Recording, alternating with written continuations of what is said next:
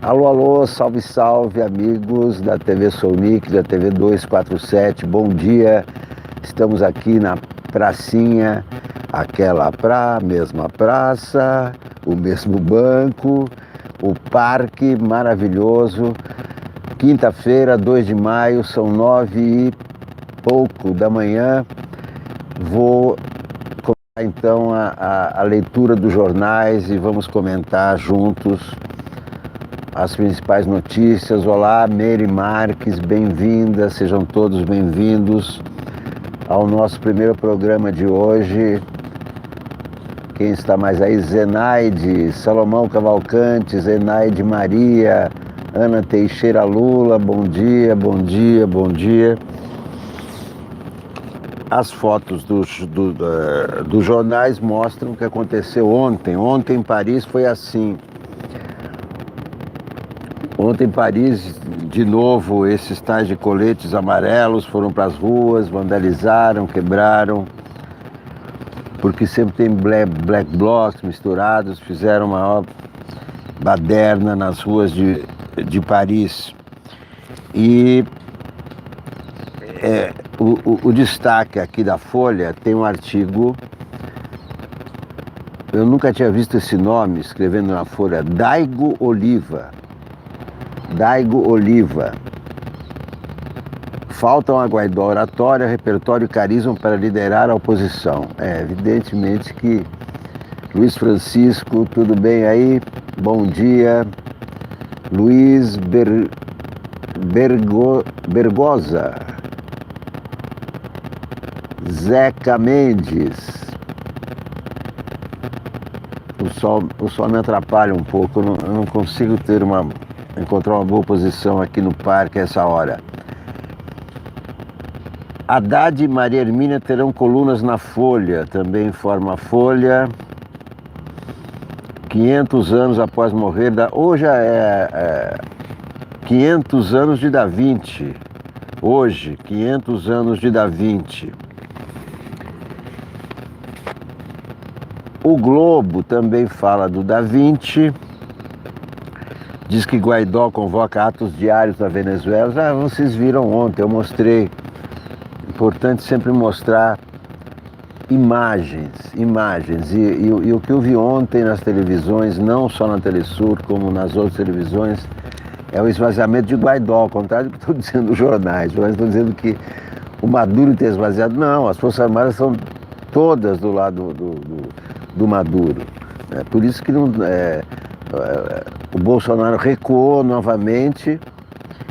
Olá, bom dia. Alguns nomes não consigo ler por causa do sol aqui que bate nos meus olhos, às vezes se esconde atrás das nuvens.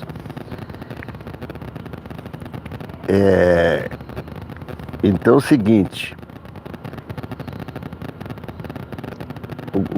o que está acontecendo na Venezuela? O alto comando, o Estado, as Forças Armadas estão totalmente do lado de Maduro. Guaidó diminui o número de aliados de Guaidó.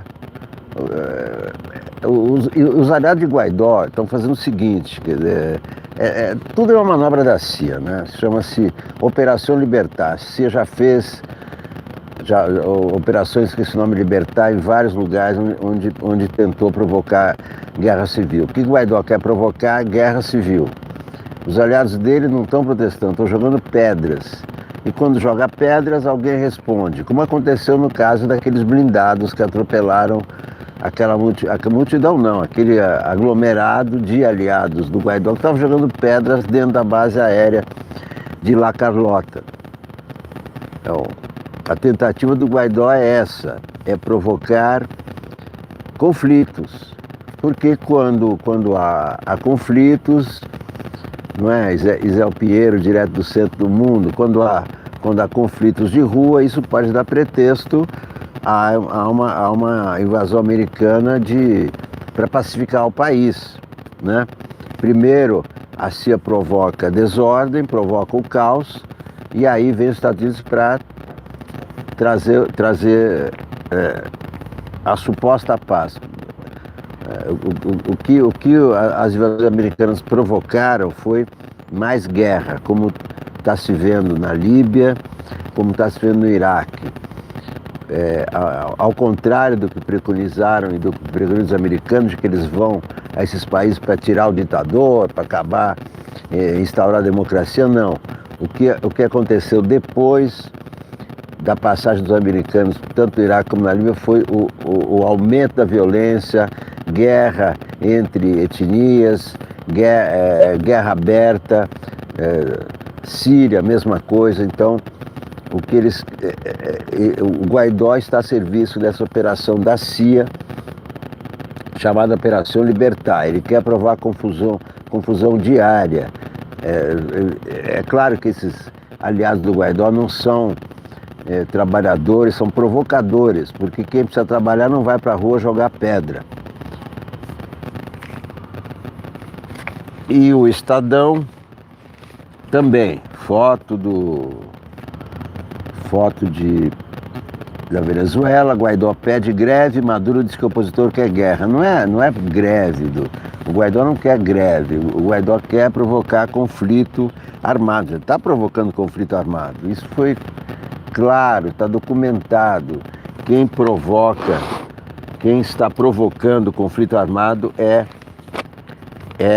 o Guaidó. Mas eu escrevi aí como título desse programa, acima da lei, né? Que Bolsonaro continua agindo acima da lei, ele está em meio a uma blitzkrieg, ele está atacando as instituições brasileiras, as mentes brasileiras, está tentando destruir os valores democráticos brasileiros diariamente. Bolsonaro orienta órgãos a reaver posse sem mandado. Ele já autorizou a matar no campo quem a pessoa achar que está invadindo sua propriedade, ou os pistoleiros do campo acharem que deve matar, porque os conflitos de terra são permanentes e são intensos nesse Brasil desconhecido, porque o que a gente conhece é o Brasil das capitais, Rio, São Paulo, Belo Horizonte, Brasília, mas esse interior do Brasil é um conflito de terra permanente. Bolsonaro dá licença para matar, sem autorização do Congresso, porque quando ele fala, ele transmite por Twitter. O que está no Twitter está publicado, as pessoas entendem que aquilo é lei, ele está fazendo a lei Bolsonaro. Lei Bolsonaro, ele está rasgando todas as leis, ele interferiu no Banco do Brasil, rasgando a lei das estatais, não podia interferir. No dia seguinte, mesmo repreendido pelo seu ministro de que não poderia fazer aquilo, ele voltou a dizer que ele é que manda no Banco do Brasil, do qual o Brasil é acionista. O Banco do Brasil é uma empresa. Ontem também ele condecorou os filhos dele. Daqui a pouco eu vou mostrar para você. Ele condecorou com a medalha do Rio Branco, a Gran Cruz da medalha do Rio Branco, astrólogo Olavo de Carvalho. O Moro, dando mais uma dica da importância do Moro para a eleição dele. A importância do Moro para a eleição dele é que o Moro prendeu o Lula. O Bolsonaro estava em segundo, o Moro prendeu o Lula, que estava em primeiro, o Bolsonaro ganhou e foi condecorado. E o pior, condecorou os filhos. Isso é uma coisa assintosa, uma coisa que a pessoa não tem o mínimo bom senso, discernimento, não imagina o que os outros vão pensar dele que condecora os filhos.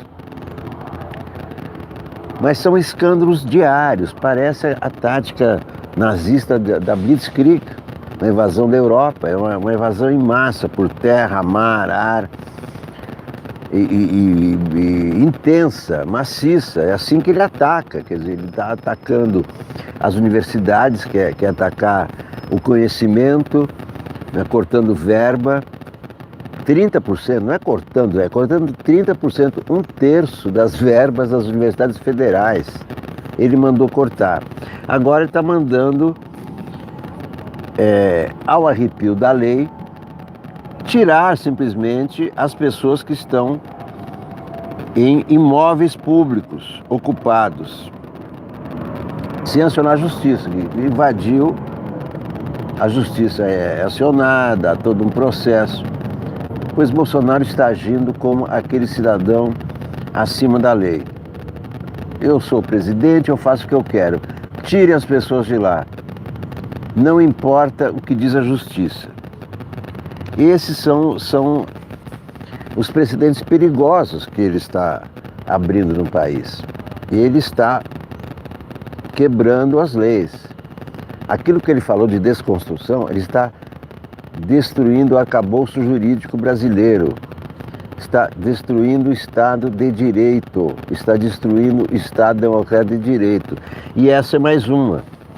O governo Jair Bolsonaro orientou os órgãos federais, por meio da Advocacia Geral da União, a retomar a posse de imóveis públicos ocupados sem acionar a justiça, e passando por cima da lei. Antes, a AGU recebia um pedido para entrar com uma ação de reintegração. Com a nova norma, os gestores dos prédios podem chamar a Polícia Federal para retirar os ocupantes. Blitzkrieg. PRB usa assessores na manutenção de escritório em São Paulo, informa a Folha. Assessores do Legislativo, Federal, Estadual, Municipal, lotados em gabinetes de membros do PRB, o partido do Edir Macedo, o partido da TV Record, usam horário de trabalho para atuar em braços políticos e religiosos da sigla. O PRB nega irregularidades. Vamos ver o que diz a Folha a respeito de Bolsonaro orienta órgãos a reaver posse sem mandado. Da Justiça, passando por cima da Justiça. Então o exemplo que o presidente dá é esse. E o exemplo já está repercutindo. Eu já contei para vocês, episódios banais. Aqui no parque estava outro dia um cara jogando bola com o filho dele, quase bateu no meu celular, né? Podia ter quebrado. E aqui tem um aviso, não pode jogar bola aqui no parque. Eu falei pro cidadão, olha, não pode jogar. Inclusive está gravado o que eu falei, porque foi no meio da transmissão.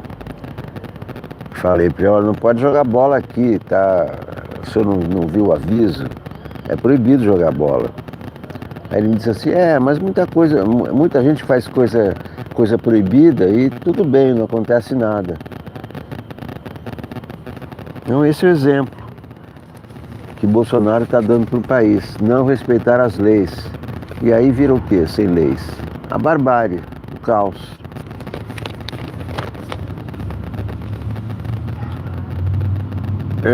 A nova norma, diz a matéria de Reinaldo Turolo Júnior, tem como base um parecer da Consultoria Geral da União, elaborado em 2017, no governo Michel Temer.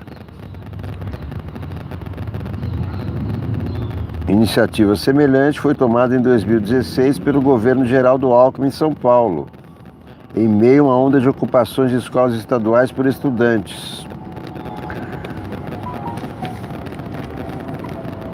No caso de São Paulo, a orientação por os órgãos estaduais partiu da Procuradoria-Geral do Estado, que atendeu a uma consulta do então secretário de Segurança Pública, Alexandre de Moraes, exatamente, está sendo inclusive processado por ter autorizado o uso de violência para retirar os estudantes de dentro da escola. A norma paulista foi questionada no STF e a ação não teve uma análise dos ministros da Corte. O relator é o próprio Moraes, que travou o problema. Como é que ele pode relatar um processo no qual ele é uma das partes? É uma coisa absurda, né?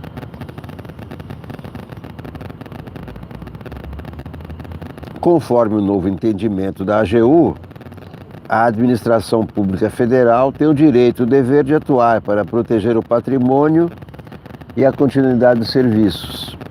E a justiça, como é que fica? Não fica.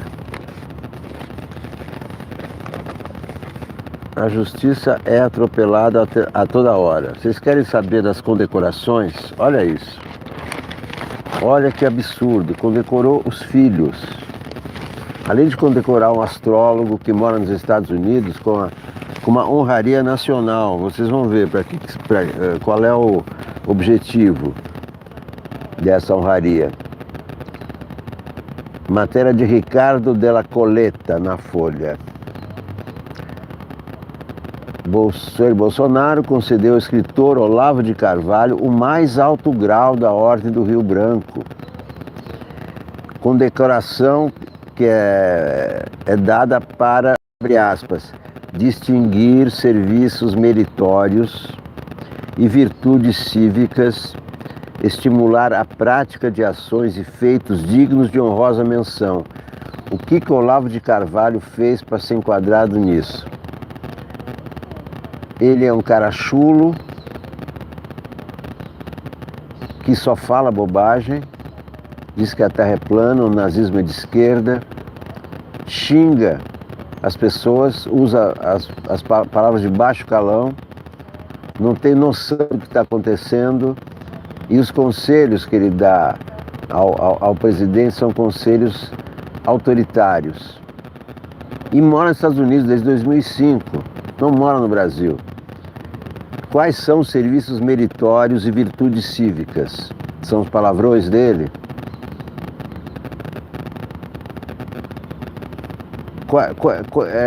O que ele estimulou de prática de ações e feitos dignos de honrosa menção?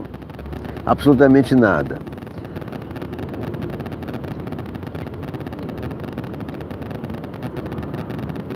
Dois filhos do Bolsonaro foram condecorados, o Flávio e o Eduardo, também com a medalha do Rio Branco, mas na ordem de grande oficial, um pouco menos do que o Olavo de Carvalho.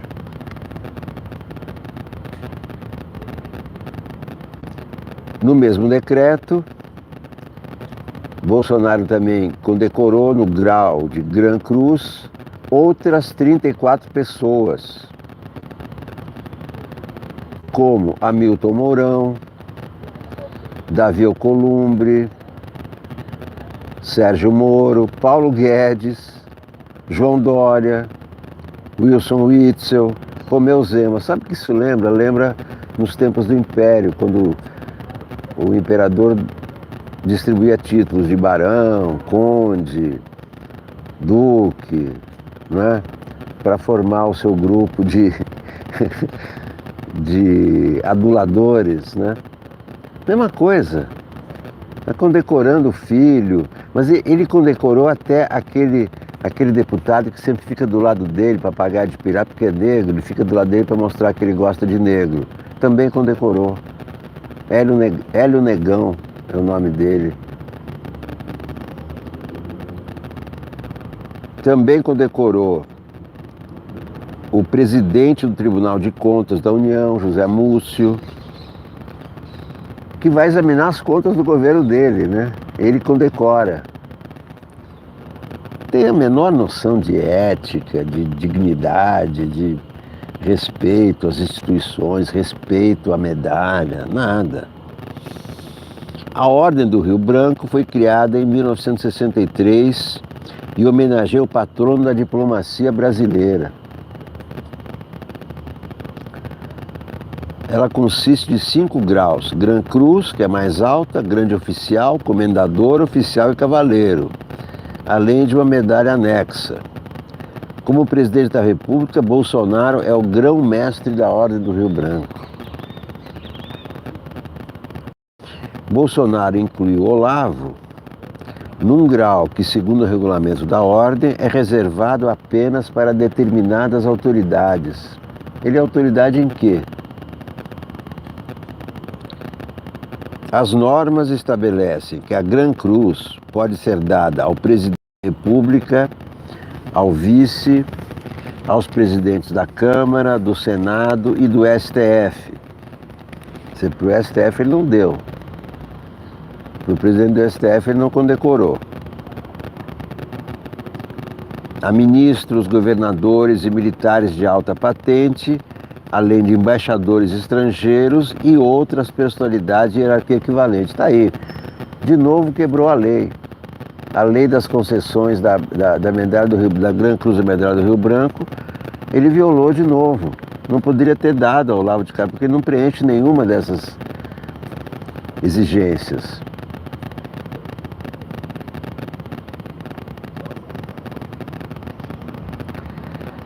Outros que ganharam a medalha do Rio Branco no grau de grande oficial: senador Major Olímpio, deputada Bia Kicis, essa que tem um projeto de lei para aposentar mais cedo os ministros do STF, para o Bolsonaro poder colocar os ministros dele logo, no ano que vem. E o deputado Hélio Lopes, é o tal do Hélio Negão. Nos últimos dias, Olavo disparou críticas contra a ala militar do Planalto, tendo como principais alvos Mourão e o general Santos Cruz. O escritor incentivou o deputado federal Marco Feliciano a apresentar um pedido de impeachment contra o vice-presidente. Então, o que dá para entender disso aí é que para selar a paz, né, entre o Mourão, o Olavo de Carvalho, etc., Bolsonaro deu medalha para todo mundo. Medalha que ele não poderia ter dado.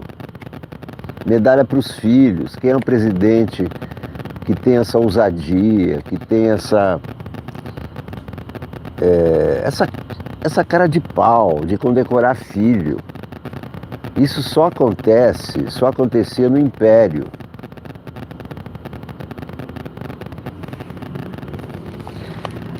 STF, que não ganhou nenhuma medalha do Rio Branco, julgará pedido para barrar a extinção de conselhos.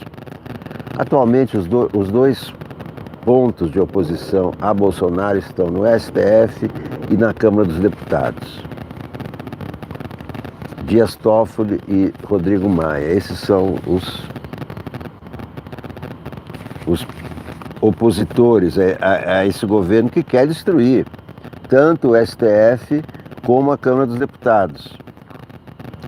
Ministro Marco Aurélio decidiu submeter ao plenário da Corte uma ação ajuizada pelo PT contra um decreto de Jair Bolsonaro que extingue colegiados da administração pública federal, como conselhos, comitês e comissões. Com a decisão, os 11 ministros deverão apreciar o pedido de liminar formulado pelo PT com o objetivo de suspender 2 artigos do decreto de Bolsonaro, que determina que a partir de 28 de junho serão extintos vários colegiados. Não há data para o julgamento. Cabe ao presidente do STF, Dias Toffoli, incluir o processo na pauta.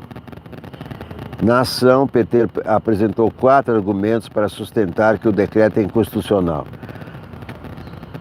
Todo lugar que se olha, para todo lugar que se vê decretos, medidas, declarações do presidente Bolsonaro são afrontosas a alguma lei. Ou a lei máxima, que é a Carta Magna, ou a lei das estatais, ou todas as leis. Qualquer lei, qualquer determinação dele é afrontosa à lei. E ele jurou a Constituição, jurou cumprir a Constituição há apenas 100 dias e já esqueceu.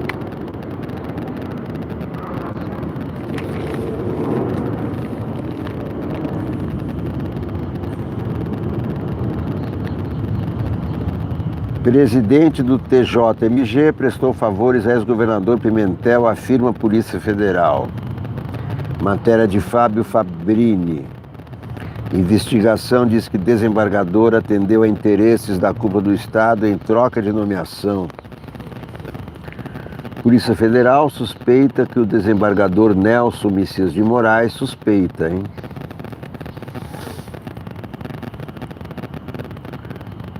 que o desembargador Nelson Messias de Moraes, atual presidente do Tribunal de Justiça de Minas, prestou favores na corte ao ex-governador Fernando Pimentel. Investigação iniciada em 2015. Supostas irregularidades envolvendo magistrados. Indica que Messias atendeu a interesses da cúpula do Estado em troca da nomeação em 2015 da então advogada Alice Birchall como desembargadora. Interceptações telefônicas mostram que políticos e autoridades próximas ao então governador procuravam o desembargador para encaminhar pleitos. A PF atribui a Messias as práticas de corrupção, tráfico de influência e exploração de prestígio. Mas, em parecer emitido em 2017, a PGR, Procuradoria-Geral da República, discordou, alegando que as hipóteses são de crimes de menor potencial ofensivo, como advocacia administrativa. A Folha não conseguiu apurar sobre decisão a esse respeito, porque olha o grampo que a Polícia Federal mostra como suspeito dos favores. Nelson Messias de Moraes. Meu amigo, olha, botamos em lista aqui a Alice Birchall. É amiga nossa, viu? Pode contar contigo, né? Fernando Pimentel. Pode. Foi isso. Daqui a pouco, Código da Vinci. Bom, na verdade, o Código da Vinci é o seguinte. Da Vinci completaria 500 anos hoje. Daí se vê que a gente fica muito mais tempo morto do que vivo. Ele viveu apenas 63 anos e está morto já há 500. Comando da PGR já é disputado por 6 grupos, diz o Globo. Sucessão de Raquel Dodge no comando da PGR será uma das mais concorridas da história. 6 grupos disputam cargo, incluindo procuradores que deverão correr por fora da tradicional lista tripla. Quem vai ser escolhido vai ser um cupincha do Bolsonaro. Isso aí não adianta nem correr. Quem for o maior cupincha, quem for o maior capacho, ele vai escolher. Não tenham dúvida. Olha a concentração do Guaidó, olha a situação do Guaidó, que os jornais dizem que está comandando a oposição contra o governo, vai derrubar o... Olhem só. Quantas pessoas o Guaidó conseguiu reunir ontem?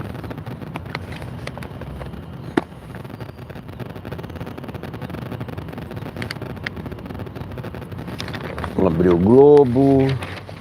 Bom dia a todos. Este é o programa matinal da TV São Nick. Leitura dos jornais. Luiz Fernando Veríssimo escreve: Socialistas. Vamos ler. Um dos melhores textos do Brasil, sem dúvida. O fato do Pedro Sanches ter pinta de galã ajudou, mas com qualquer outro cara, a vitória do socialismo nas recentes eleições espanholas teria sido bem-vinda e surpreendente.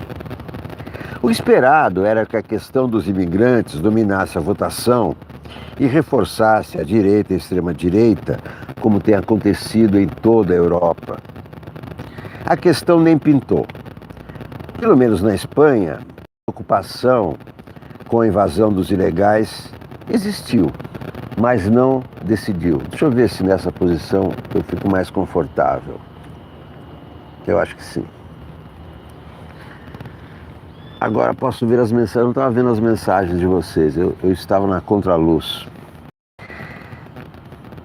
A direita cresceu, mas passou a valer politicamente apenas como massa de manobra contra a esquerda no poder.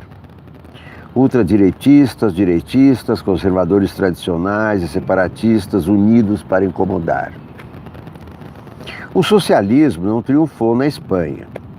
Triunfar é uma palavra assim triunfante demais, que talvez não dure até a próxima eleição.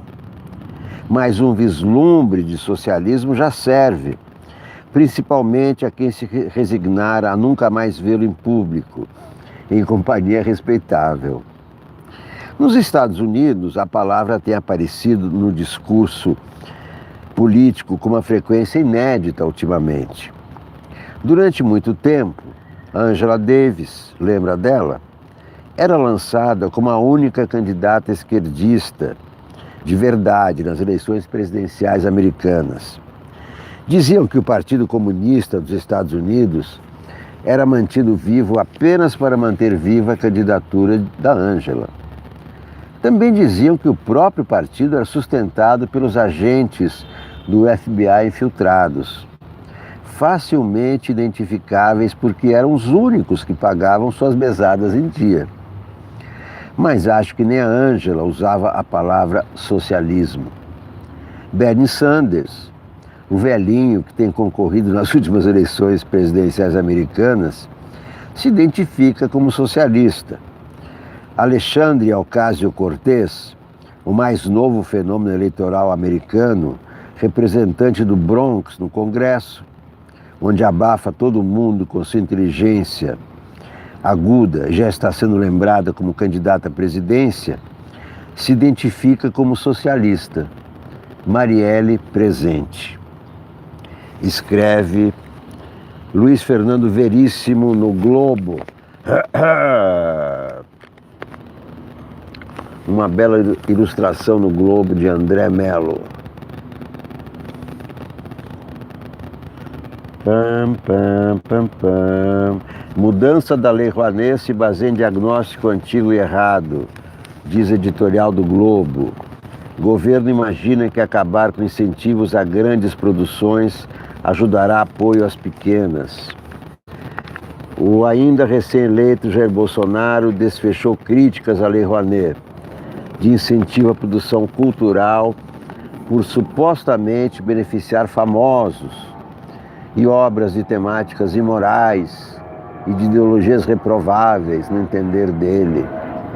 Pressupunha-se que alterações seriam feitas no seu governo, que acabam de ser anunciadas. Por curiosidade, reparos feitos pela direita repetem na sua essência alguns que partiram da esquerda com o lulopetismo no poder. Deve ser devido a raízes autoritárias comuns. Tem nada a ver lulopetismo com bolsonarismo.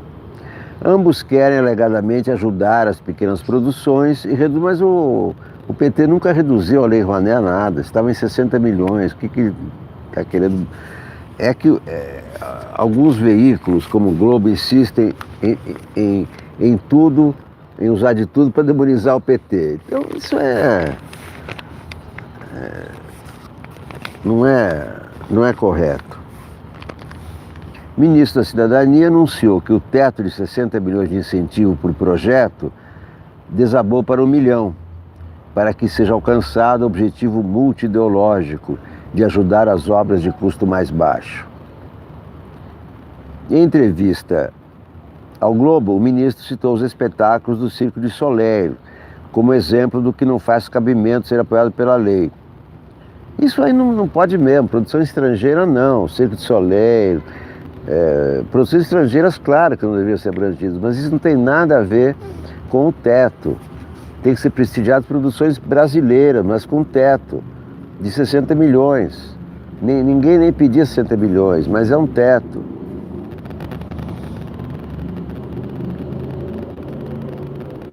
Diz o ministro que aumenta o volume de recursos à literatura de cordel no Nordeste. Que isso? Centro de Tradições Gaúchas e ao carimbó. Isso é um absurdo. Bobagem, bobagem, bobagem. Deixa eu ver o que tem mais no Globo. A charge do Chico está na primeira página, mas é muito pequena, não dá nem para ver, nem para ler. Eu gosto do charge do Chico quando é grandona, sai meia página. Disputa acirrada pela PGR. Para que disputar? Vai vencer aquele que for mais submisso ao Bolsonaro. Bom, aqui tem uma coluna que vale a pena. Bernardo Melo Franco. O Ministro e as Senhoras de 1964.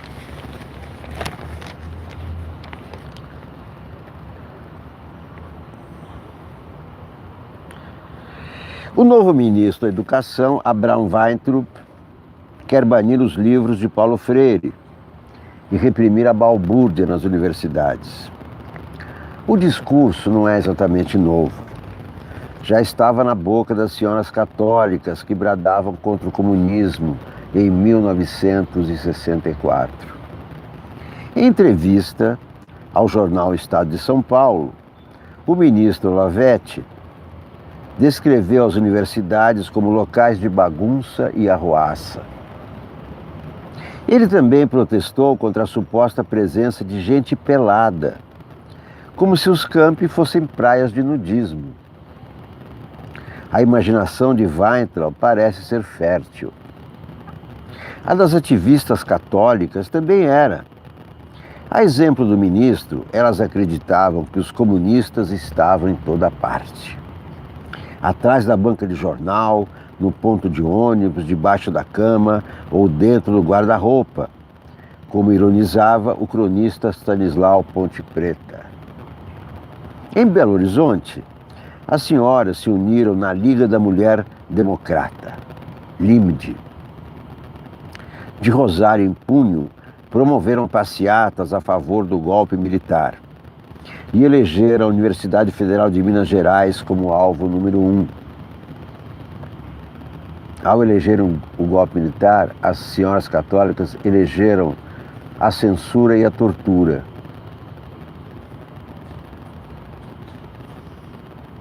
Suas peripécias estão no livro Campus, UFMG, que a historiadora Heloísa Starling lança no dia 11 pela editora Conceito.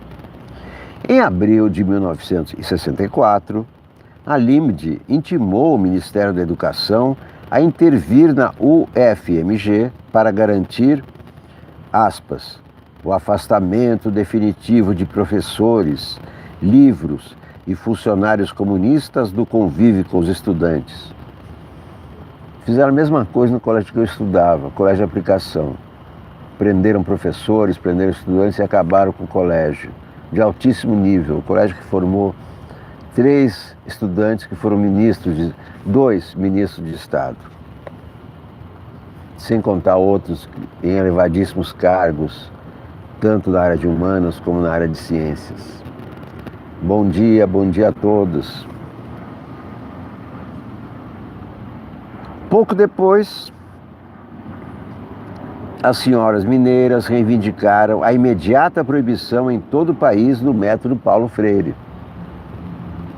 Para elas, a técnica do educador para combater o analfabetismo era perigosa e subversiva.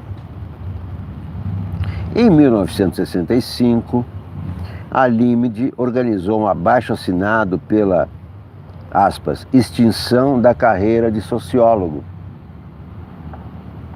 O manifesto afirmava que era preciso evitar a formação de, aspas, agitadores comunistas. Os sociólogos só conseguiriam habilitação formal em 1980, no fim da ditadura. Formalmente ainda faltavam 4 anos, mas já estavam no fim. As senhoras eram ousadas. Um dia, indignadas com a realização de um encontro sindical em Belo Horizonte, reuniram a imprensa e prometeram deitar na pista do aeroporto da Pampulha para impedir a aterrissagem de aviões. Fica a dica para o ministro Weintraub, diz Bernardo Melfran. Claro que elas nunca fizeram isso, mas ameaçaram. As senhoras mineiras, as senhoras católicas mineiras que apoiaram o golpe militar, que apoiaram a tortura, são católicas tementes a Deus e apoiam a tortura. Eduardo Bolsonaro assume PSL em São Paulo.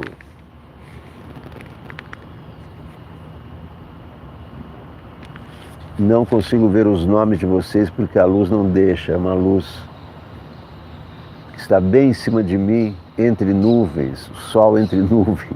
Não vejo direito o nome de vocês, mas muito obrigado a todos pela grande audiência, muito obrigado por se inscreverem neste canal. Este é um dos parques mais belos de São Paulo.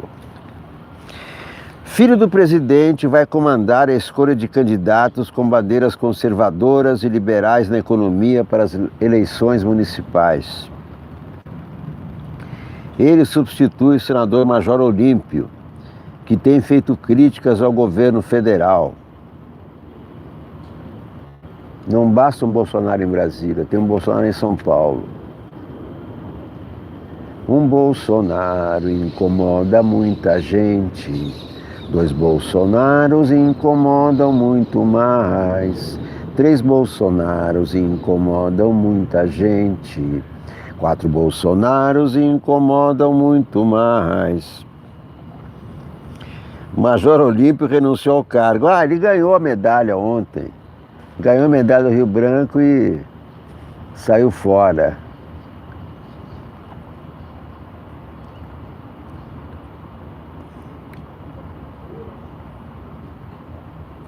Aqueles que se destacam no trabalho com as bases merecem a chance de disputar as eleições. Não há outro interesse nesta empreitada, escreveu o filho do presidente. Segundo o Major Olímpio, que foi derrubado. Fazer crítica ao governo federal não pode fazer nenhuma crítica. Esse Major Olímpio eu conheço há muito tempo. Desde quando ele era um agitador também dentro da PM, assim como o Bolsonaro, né, comandava greves contra o governo e tal, melhor soldo, e entrou na política num grupo ali de publicitários, amigos meus, há muitos anos. Olha o que ele diz da saída dele da presidência do PSL.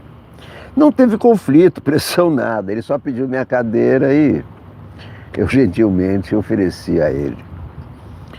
Minha agenda de senador virou uma tragédia. Administrar um partido é uma mão de obra danada. A disputa por espaço em todas as cidades. No entanto, um grupo de parlamentares vinha pressionando o partido pela saída de Olímpio, alegando dificuldades de interlocução. A mudança é interessante para o governador João Dória, o antigo desafeto de Olímpio. Atualmente, a bancada do PSL é a maior da Assembleia Legislativa de São Paulo, com 15 parlamentares. Que horror! Que horror! Até o início da semana, Eduardo era o vice-presidente do partido no estado.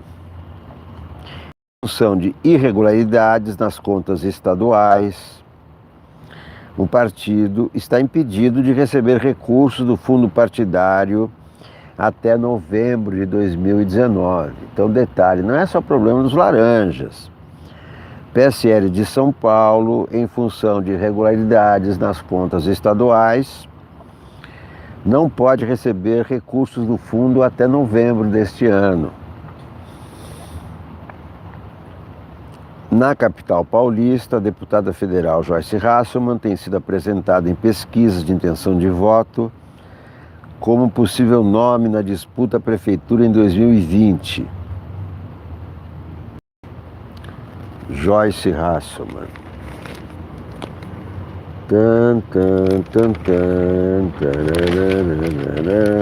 Centrais se unem em ato para marcar a oposição ao governo. Comemorações do Dia do Trabalho viram palco para sindicalistas e partidos de esquerda criticarem Palácio do Planalto. Foi grande o ato no Anhangabaú, em São Paulo.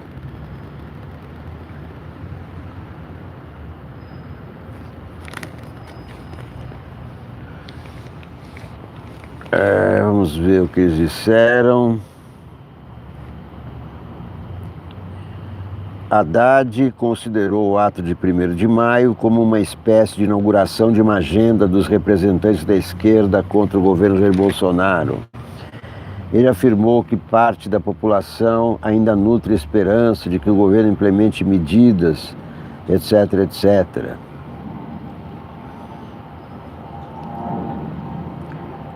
Boulos cobrou a presença do candidato derrotado do PDT, Ciro Gomes.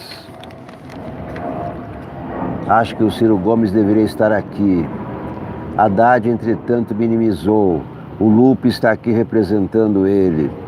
Desde o fim da eleição, é claro que o Globo procura explorar essa rixa do Ciro Gomes com o PT e os próprios petistas, os próprios esquerdistas, os próprios, né, como o Boulos, fazem questão de trazer esse problema em público, em vez de ficarem nos bastidores discutindo essa questão com o Ciro Gomes, conversar com ele. Não, o Boulos vai e joga em público a questão, joga no ventilador, e aí dá combustível para o Globo explorar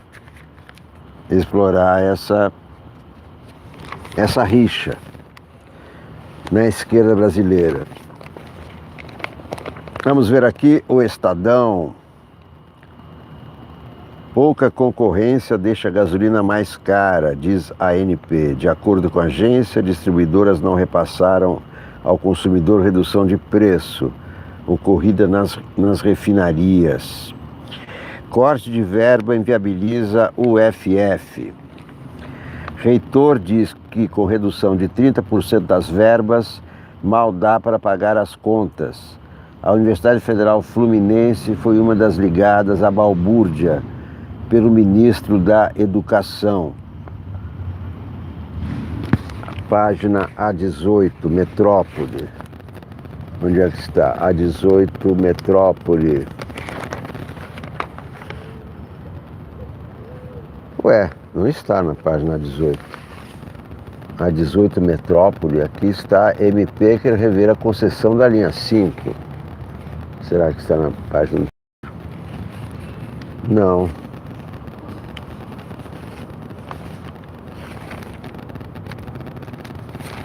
Ah, tá aqui, Metrópole na página A16.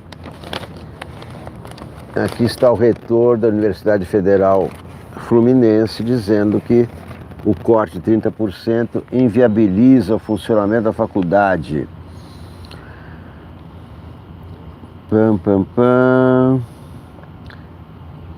A UFF, bom, o ambiente universitário da sua universidade é de balbúrdia? Pergunta Renato Onofre. Naturalmente, uma universidade com 50 mil pessoas em 9 municípios, produzindo conhecimento, interagindo com a sociedade, do jeito que a UFF faz, é regida muito mais por compromisso e trabalho do que por eventuais problemas. Acho incompleto e até injusto ver eventos que possam incomodar alguma pessoa aqui ou ali como algo que possa comprometer uma avaliação de uma universidade tão plural, tão grande, tão importante como a UFF, assim como todas as federais. As universidades no país têm papel fundamental na formulação de políticas públicas e, em muitos casos, como da UFF, no atendimento da população, seja por hospitais universitários, seja pelos projetos de extensão.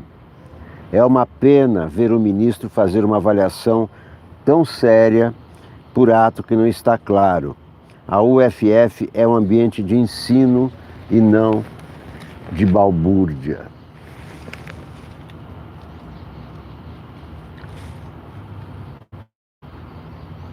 Com mais declarações do reitor da Universidade Federal Fluminense, Antônio Cláudio Lucas da Nóbrega.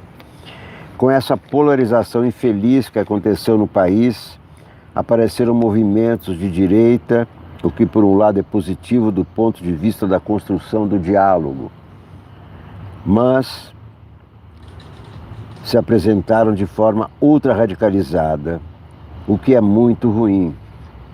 Como o senhor vê as atuais diretrizes do MEC em relação às universidades públicas?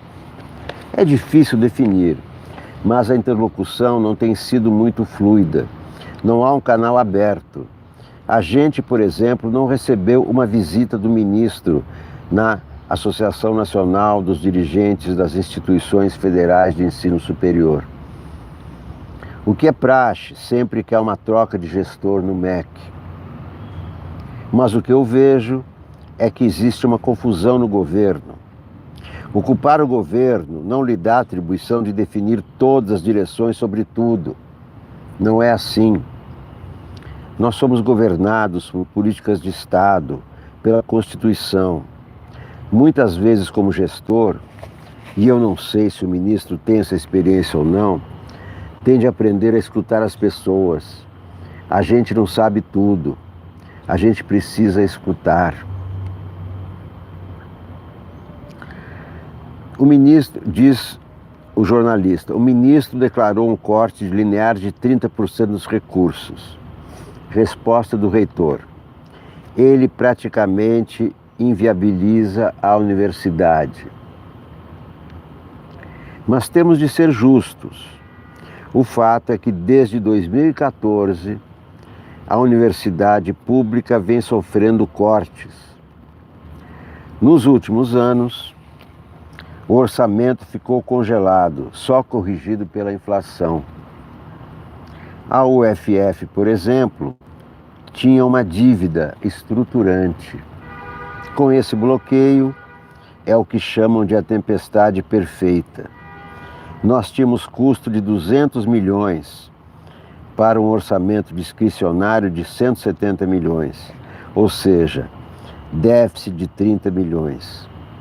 Já era uma situação grave, que tentamos contornar com ajuste nas contas de 20 milhões, sem comprometer serviços. E aí vem um corte desses, que pode ser de 44 milhões ou de 61 milhões, dependendo de qual planilha olhe. Fica uma situação de insustentabilidade. Vamos ter de cortar desde serviços básicos de limpeza a apoio a alunos para eventos e congressos. Com esse corte, vamos mal pagar a conta e tem de sobrar para pagar água e luz, senão nem abro a porta.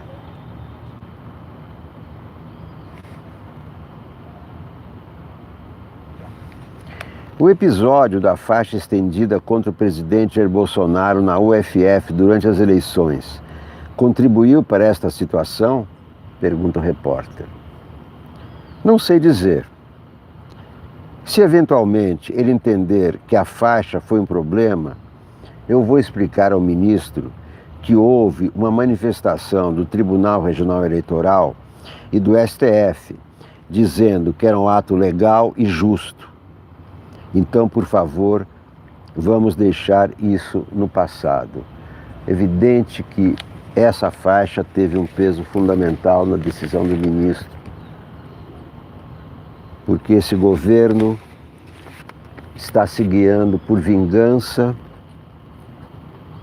por destruição da oposição e por destruição de todas as ideias que não são as desse governo. E nesse caso da universidade, mais uma vez, o governo Bolsonaro passa por cima das leis. É a tradição. Tem sido essa a tradição. Mas hoje são 500 anos de um gênio, um verdadeiro gênio, o gênio Da Vinci. Vamos ver o que diz. Depois de 500 anos, Da Vinci ganha um DNA de presente. Meio milênio da morte, não do nascimento. Aniversário de 500 anos da morte do gênio. Matéria de Juan de Souza Gabriel, no Globo. A partir de hoje, uma extraordinária relíquia passa a ser exposta no Museu Ideal Leonardo da Vinci, na Itália. Uma mecha de cabelo do artista, morto há 500 anos. Cabelo dura 500 anos. Descoberta em uma coleção americana, a mecha permitirá verificar se Da Vinci de fato repousa em Amboise, na França. Ele foi sepultado na capela do castelo local, parcialmente destruído durante a Revolução Francesa. Seus ossos teriam sido transferidos para outra capela, mas ninguém sabe ao certo. Olha aqui o retrato do gênio.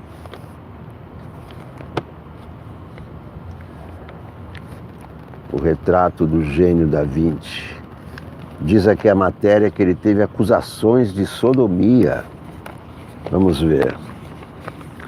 Testes de DNA já identificaram 35 descendentes de Domênico, meio-irmão de Da Vinci. A maioria vive na Toscana. E o cineasta Franco Zeffirelli, de Romeu e Julieta, é um deles. Franco Zeffirelli, descendente de Da Vinci. A mecha pode ajudar a encontrar mais parentes vivos de Da Vinci e talvez assegurar que são dele os restos mortais em Amboise. Nascido em 1452, filho bastardo de uma camponesa e de um tabelião, Da Vinci ajudou a formatar o método científico e enveredou pelas mais diversas ciências, da botânica, engenharia militar, da cartografia ótica, da anatomia, geologia. Deixou mais de 7.000 papéis com esboços, projetos, perguntas, o que é a alma, e listas de tarefas, descrever as causas da risada. Ele se interessava por tudo. Em 1990, o fundador da Microsoft comprou por mais de 30 milhões de dólares o Codex Leicester, 72 páginas das quais Da Vinci descreve o luar, os fósseis e os movimentos aquáticos. Em seus esboços, Da Vinci inventou o brainstorm, diz ao Globo o historiador da arte Martin Kemp, professor da Universidade de Oxford, no Reino Unido. Ele desenhava para entender como o mundo funciona e foi o primeiro a insistir que as máquinas deviam ser construídas de acordo com as leis da natureza. Ele mudou a forma como as narrativas são estruturadas, como as Madonas são pintadas, como a luz e a cor são usadas nas composições, e pintou os quadros mais famosos do mundo, Mona Lisa e A Última Ceia. Da Vinci gostava de animais e comprava pássaros engaiolados na feira para libertá-los.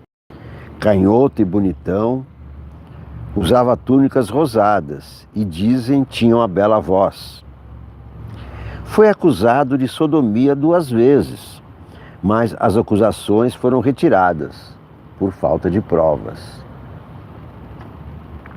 Ele desenhava plantas e máquinas voadoras e esboçou um projeto para desviar o curso do rio Arno de Florença a Pisa. A historiadora da arte Francesca Fiorani, professora da Universidade da Virgínia, destaca o ecletismo intelectual de Da Vinci. Por trás das pinturas havia um profundo conhecimento científico. Ele não se interessa pela ciência apenas da arte, mas por causa dela. Ele não se interessa pela ciência apesar da arte, mas por causa dela. Essa abordagem integrada está na raiz de toda invenção. Nesses tempos de Big Data e comunicação digital, em que buscamos meios para educar a nova geração, essa integração entre ciência e arte, além de expandir nossa compreensão da experiência humana, fornece perspectivas para nossos problemas e nos ensina a imaginar formas mais justas de lidar uns com os outros. O sorriso de Mona Lisa, diz o crítico de arte Rodrigo Naves, é o sorriso da própria natureza. Ao envolver o ser humano, a luz e a água, essa pintura manifesta um júbilo, uma plenitude. Da Vinci é um dos maiores artistas de todos os tempos. Quanto mais eu dou aula sobre ele, mais ele me encanta. Ao contrário do que acontece com Duchamp. Em 1919, há 100 anos, o dadaísta francês Michel Duchamp pintou um bigode e um cavanhaque na Mona Lisa e acrescentou uma sigla, LHOOQ, que lido em francês parece indicar que ela tem o rabo quente. A imagem da Mona Lisa, talvez a imagem mais conhecida em toda a história, é esta aqui. É a Mona Lisa. E esse é outro quadro maravilhoso de Da Vinci, o Anjo Gabriel. Meus amigos, com essas imagens belíssimas e com as mensagens de um gênio, um verdadeiro gênio, eu encerro mais essa transmissão da TV Sonic. Peço a todos que se inscrevam, peço aos amigos para se inscreverem, já estamos chegando aos 4.200 amigos na TV Sonic. Ative o sininho para serem avisados das transmissões. Eu sempre transmito ao vivo, no calor da hora, sempre que a notícia acontece, porque essa é uma TV de jornalismo. Aqui não entra fake news, aqui não entra teorias da conspiração. Muito obrigado a todos. Até a próxima transmissão, a qualquer momento. Tchau.